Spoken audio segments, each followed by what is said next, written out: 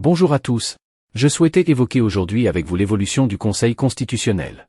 Depuis plusieurs décennies, celui-ci a pris des libertés avec la Constitution de la Ve République, sortant complètement du rôle pour lequel il avait été créé au point de déséquilibrer totalement les institutions et de devenir un danger mortel pour notre pays.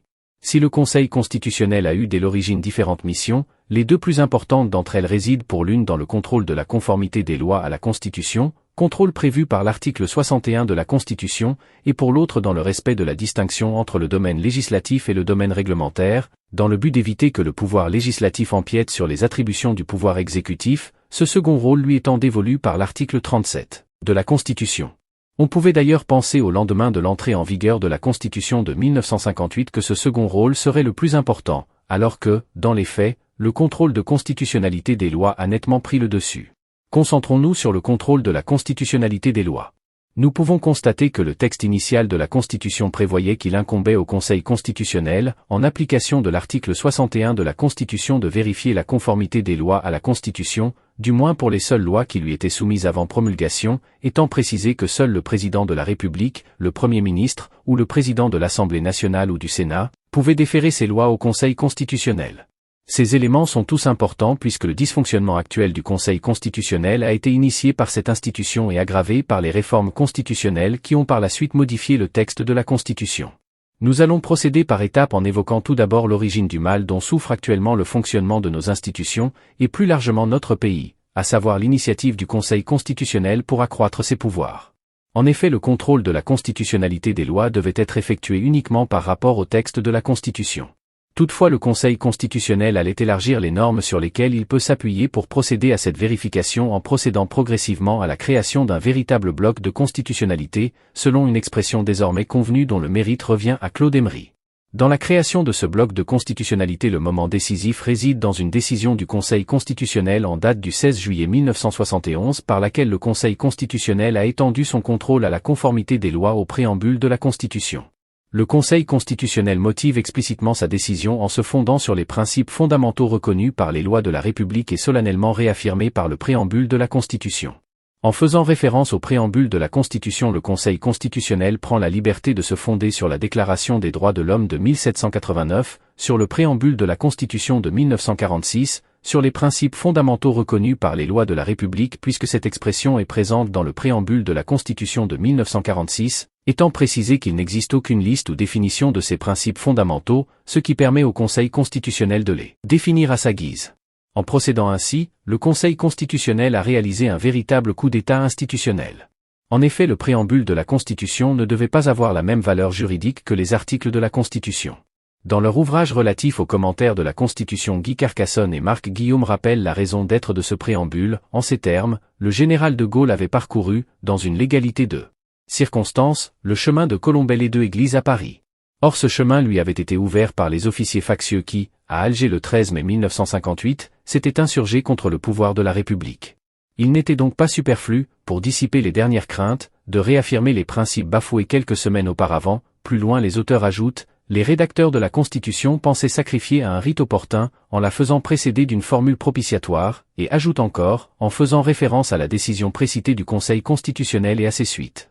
Le premier alinéa du préambule a acquis une importance considérable, que ses auteurs n'avaient pu imaginer. Fin de citation.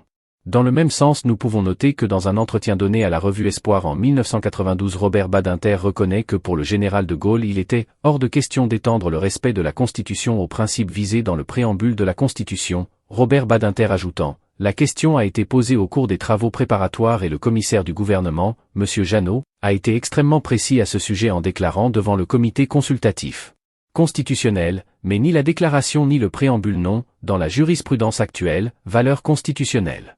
Leur donner valeur constitutionnelle aujourd'hui, au moment où on crée un Conseil constitutionnel, c'est aller au-devant de difficultés considérables, et c'est s'orienter dans une très large mesure vers ce gouvernement des juges, que beaucoup d'entre vous croyaient redoutable. Fin de citation.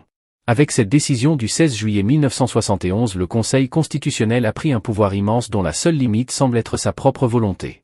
Ainsi, le Conseil constitutionnel au fil du temps se complut à multiplier les principes et les règles de valeur constitutionnelle que le législateur doit respecter.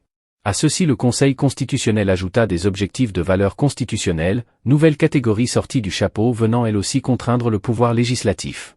Cette situation déjà dangereuse allait encore être aggravée par plusieurs réformes constitutionnelles ayant pour conséquence l'augmentation du nombre de textes sur lesquels le Conseil constitutionnel peut se prononcer, ce qui est d'autant plus fâcheux que lorsqu'il est saisi d'un texte, le Conseil constitutionnel peut se prononcer sur l'ensemble du texte, même si la saisine ne porte que sur une partie de celui-ci. Ainsi en va-t-il de la modification de la saisine du Conseil constitutionnel initialement réservée au président de la République, au Premier ministre, au président de l'Assemblée nationale ou à celui du Sénat, elle a été ouverte en 1974 à 60 députés ou sénateurs. Ainsi en va-t-il également de la question prioritaire de constitutionnalité. Prévue depuis 2008 à l'article 61(1) de la Constitution, cette question prioritaire de constitutionnalité peut amener le Conseil constitutionnel à se prononcer sur une loi déjà entrée en vigueur. Dans la même optique, il faut préciser que le préambule de la Constitution a été modifié en 2005 pour insérer dans celui-ci la référence aux droits et devoirs définis dans la Charte de l'environnement de 2004, faisant ainsi rentrer ceux-ci dans le bloc de constitutionnalité. La puissance acquise par le Conseil constitutionnel est d'autant plus gravissime que loin d'être impartial, celui-ci entend bien user de celle-ci pour faire triompher sa propre idéologie. Robert Badinter, lorsqu'il était président de cette institution, n'avait pas caché son manque de partialité et de nos jours Laurent Fabius a repris le flambeau sur ce point. En France, la véritable Cour suprême, c'est le peuple, disait en son temps le général de Gaulle, mais le Conseil constitutionnel ne l'entend pas ainsi. Les membres de cette institution ont au fil du temps œuvré pour transformer celle-ci en un véritable gouvernement des juges où une poignée de privilégiés non élus modifient selon leur bon vouloir et sans aucun contrôle des textes adoptés par les représentants du peuple. Dans son livre « Le gouvernement des juges », Éric Zemmour résume parfaitement la technique utilisée par le Conseil constitutionnel, en ces termes. La méthode est simple, inspirée de l'expérience 2 fois séculaire de la Cour suprême. Le juge pioche, dans les déclarations incantatoires et vagues à souhait de 1789 et 1946, ou dans les conventions européennes des droits de l'homme, des principes, qu'il découvre, interprète, façonne tel un alchimiste doué. Longtemps méconnus, et pour cause, ces principes sont présentés comme rétrospectivement évidents, le juge les consacre, les oint de son huile sacrée, et les impose à un pouvoir qui n'en peut mais. S'il se sent moins fort, moins sûr de lui, il émet des réserves d'interprétation qui, sous couvert de bonnes notes accordées aux législateurs, vident de son sens le texte présenté et interdisent à tout futur gouvernement de revenir sur la question, sans passer sous ses fourches codines.